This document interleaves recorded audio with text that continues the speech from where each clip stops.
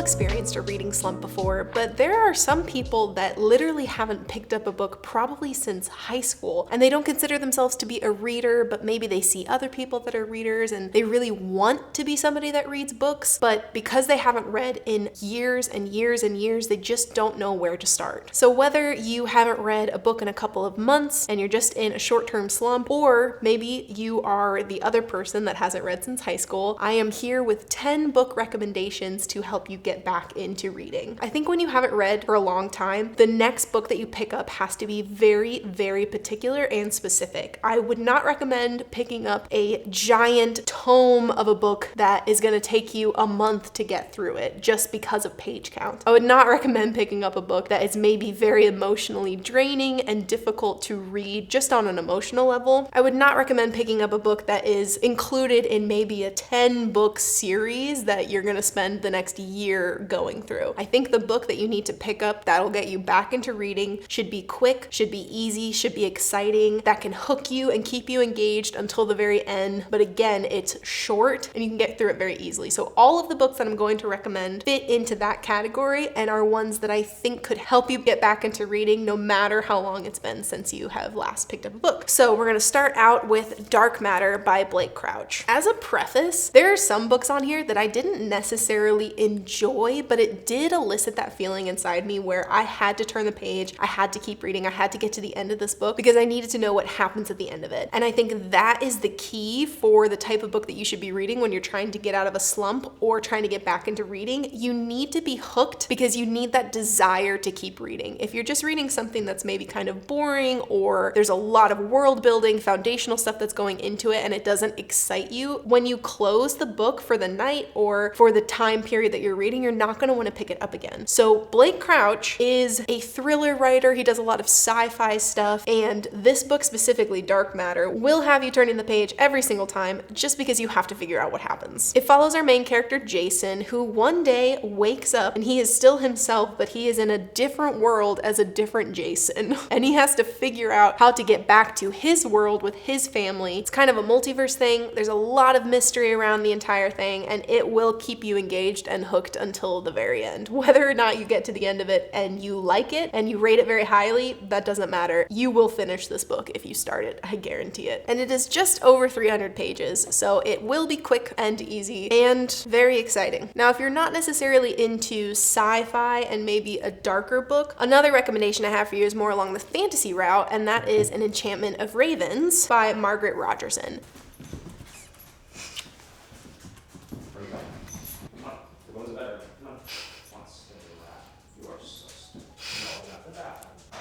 Sometimes the dogs are really, really loud while one of us is trying to film, and so the other is always on dog duty during it, and so he's gonna try to keep them quiet. But if you hear the pitter-patter of dog claws on a hardwood floor, that's probably what it is, and I apologize in advance. Anyway, if you're not necessarily into the sci-fi of like a Blake Crouch or a Dark Matter, you could try a fantasy book instead, and I would recommend An Enchantment of Ravens. This book is under 300 pages, so you could get through it really, really quickly, and especially if you are looking for a fun fantasy world, maybe kind of the fairy elves realm, as well as a forbidden love story, I would definitely try this one out. It will keep you engaged. It's funny and lighthearted, but also just really, really well written. I love the world building in this book specifically. I love the rules that Margaret Rogerson sets for her story. You can really tell when an author has done a lot of pre-work before writing and a lot of outlining before writing, because everything feels very well contained in this story. Everything feels so thought out and exact, and like you can't poke a hole in this book. And I think that that is actually the sign, yes, of a good writer, but also of a really good prepper. And I think Margaret Rogerson is a super good prepper before she writes her books. So I would definitely recommend this one if you would just like a sweet love story set in a fantasy realm that you can get through pretty quickly. This would be a great option.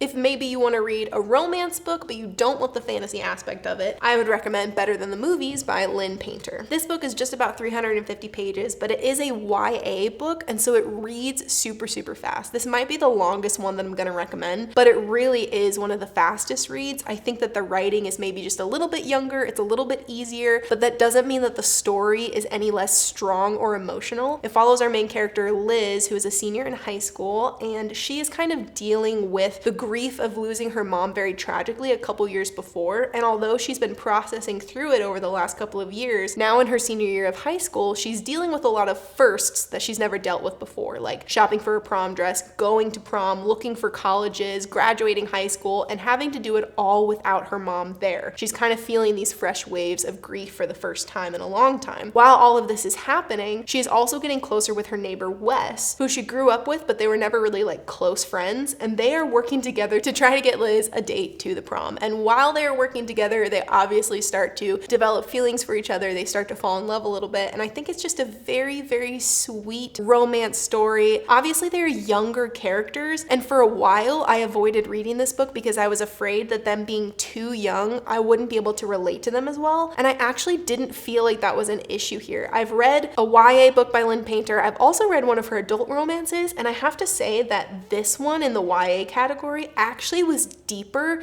and more emotional in my opinion, whereas her adult romances kind of felt more surface level, but this one deals with grief. It deals with confidence, feeling like yourself, peer pressure, first love, all of these things in a very beautiful, adorable, sweet rom-com-y package. And if you're looking for something like that to get you out of a reading slump or to get you back into reading after a while, I think this would be a great pick for you. All right, we're circling back around. So maybe you don't want fantasy, you don't want romance, maybe you don't want the darkness and the stress of a book like Dark Matter, but you still like sci-fi. I would try The Martian by Andy Weir. Even if you've already seen the movie, I still think the book is worth the read. This is one of the most unique books that I have ever read, and it really set Andy Weir apart as an author in a specific niche. Nobody is writing books like him, and I think that that is so cool. This follows our main character, Mark Watney, as I'm sure people are familiar with the story. He gets stuck on Mars, and he is alone on Mars. He is the sole Martian, and he has to try to figure out how to get back home to Earth, and people on Earth are trying to figure out how to get him off of Mars. It's a whole space thing, and it's really cool, and it's really funny, and it's really well written, and all of the science that Andy Weir talks about, especially somebody that doesn't know science at all and is really dumb when it comes to that subject, I could totally believe that everything happening in this book could happen in real life. It's written that believably in my opinion, and I just think that it's such a fun time. If you're looking for something that is along the sci-fi realm, it's exciting, it's adventurous, but it's also funny, I think that this would be a great book to dive into. Okay, so you don't want sci-fi, you don't want fantasy, you don't want romance, but maybe you want a mystery. Well, I would recommend The Housemaid by Frida McFadden. Now, if you've watched my videos before, you may be surprised that I'm recommending this book because I actually didn't like this book that much. It was not an enjoyable read for me. I think it's insane. However, Frida McFadden somehow hooked her writing claws into my brain so securely that I could not read this book. I had to finish it. I was so hooked on the story. I literally couldn't put it down because I was so desperate to finish it. And sometimes the only thing that you can do while you're in a reading slump, or if you haven't read in a long time, is finish a book. That's the one thing you need to kickstart you back into your reading phase, is just finishing something. You can finish this book because there is simply no other option. If you start this book, you are in it until the end. I truly don't think you'd be able to walk away, and that is why it's on this list. Whether you end up enjoying it or not, I didn't love it, but it's also not necessarily the genre that I typically gravitate to. You may finish it and love it, you may finish it and hate it, but the point is, I'm very confident that you would finish this book if you started it, because you just have to. You have to know what happens at the end, and Googling it doesn't count. So if you really are desperate and you really need to finish something, try The Housemaid. For better or for worse, this will do the trick.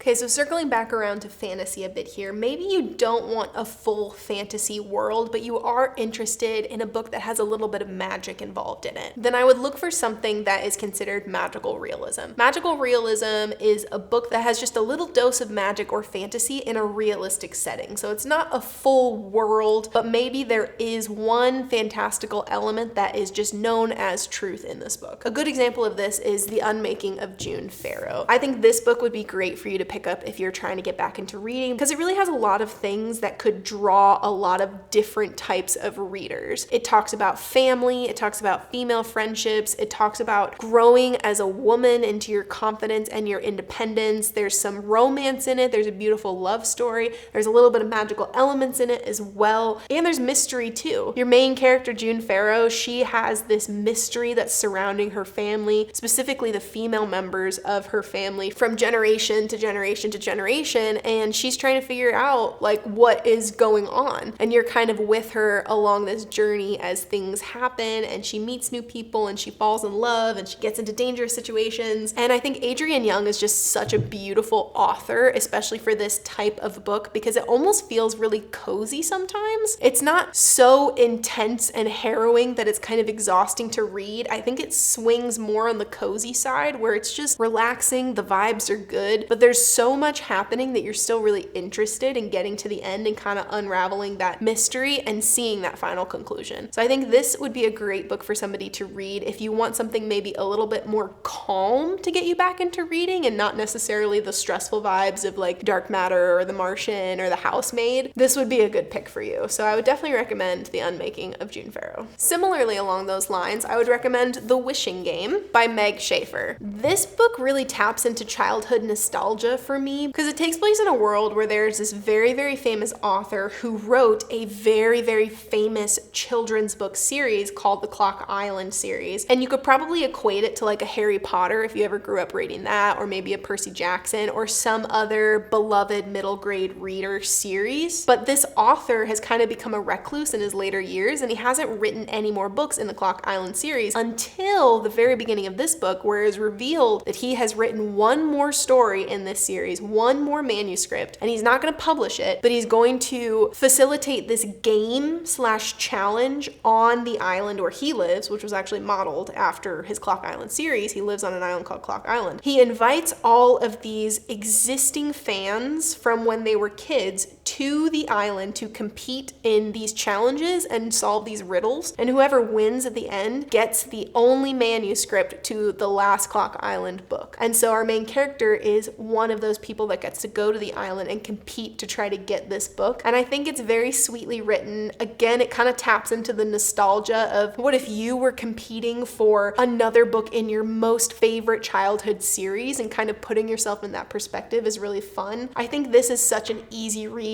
It also sits at under 300 pages, so it's quick, it's fast to get through, and there's definitely enough going on that you're really intrigued and interested in the whole story. There's a little bit of romance in there, there's beautiful family things that are dealt with, and I think that people would just have such a good time with this if they gave it a chance. I feel like this book kind of flew a little bit under the radar as far as popularity goes, but it definitely falls into the category of something that could get you out of a reading slump, or a book that could get you back into reading, in my opinion. Okay, and the last three books I'm going to talk about are actually part of series. Now, I know I said I don't think that people should dive into a massive series to try to get themselves back into reading, and that still holds true in my opinion, but all of these books are young adult, so they're very easy to get through, they're very quick to get through, and they're part of smaller-ish book series. Two of them are part of trilogies, and one of them is part of, I think there are 4 books. So we're not talking 8 books, 9, 10, we're not talking a 15-book series of like Wheel of Time or something. This is still very digestible, it's very attainable if you do want to go the more series route. The first book that I would recommend is Cinder from the Lunar Chronicles. Cinder is the first book in the Lunar Chronicles, and these are fairy tale retellings. So this first book follows basically a Cinderella story. The second one follows, I think, a Red Riding Hood story. The third is like Rapunzel, and the fourth book follows a Snow White retelling. But all of them are kind of told from like a steampunk lens, which is super, super fun. Like Cinderella is a cyborg,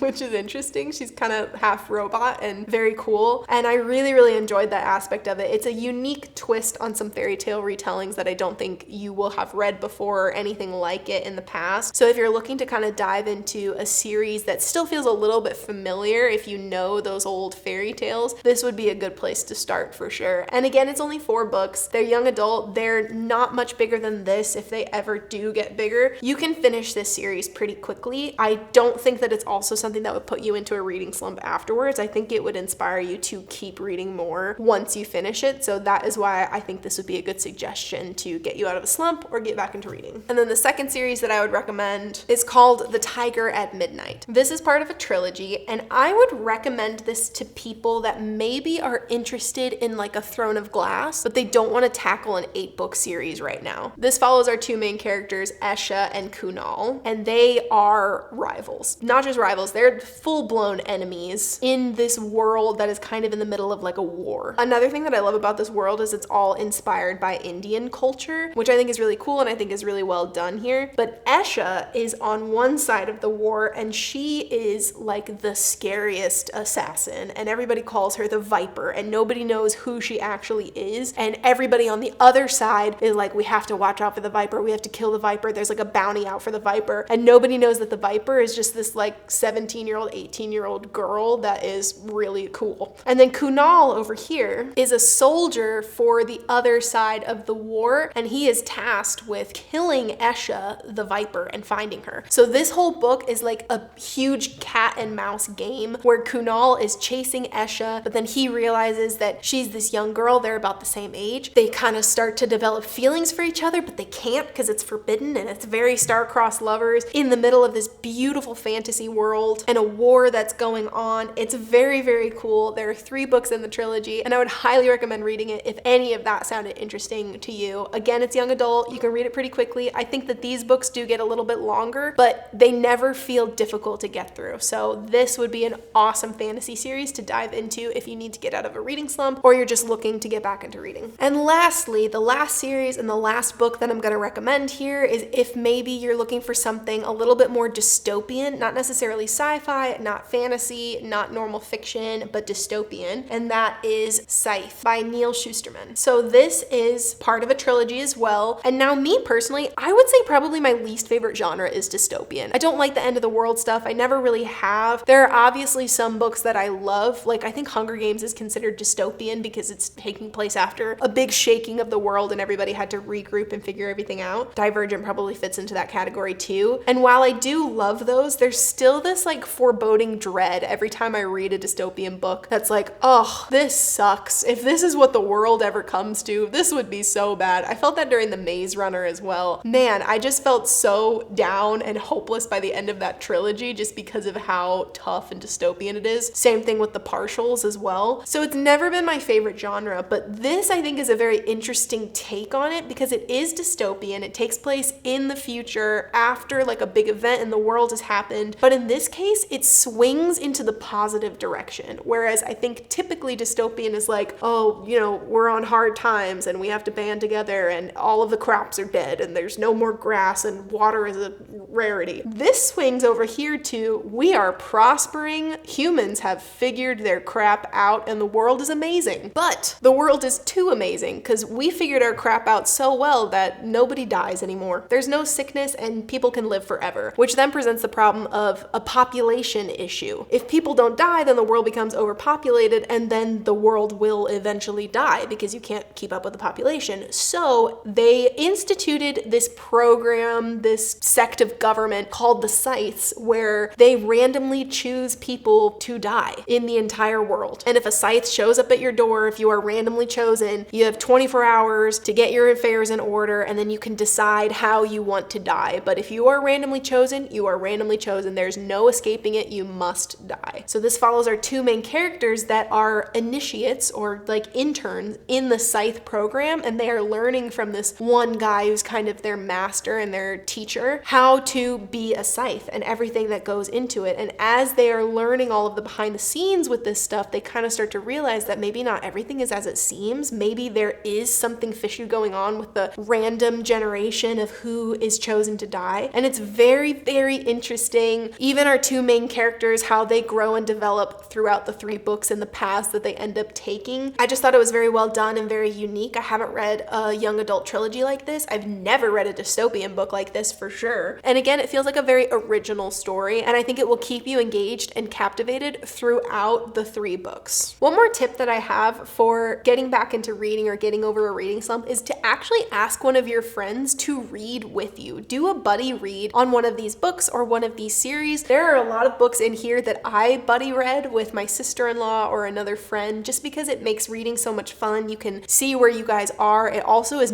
motivating. If the other person is ahead of you, you're like, oh, I need to catch up, I need to get ahead of them, which is very fun, being able to talk to somebody about a book that you're reading in real time. So I'd highly recommend asking one of your reader friends, or even somebody that's not a reader and is kind of in the same place as you, looking to get back into reading. Do it together, because that can make it really fun.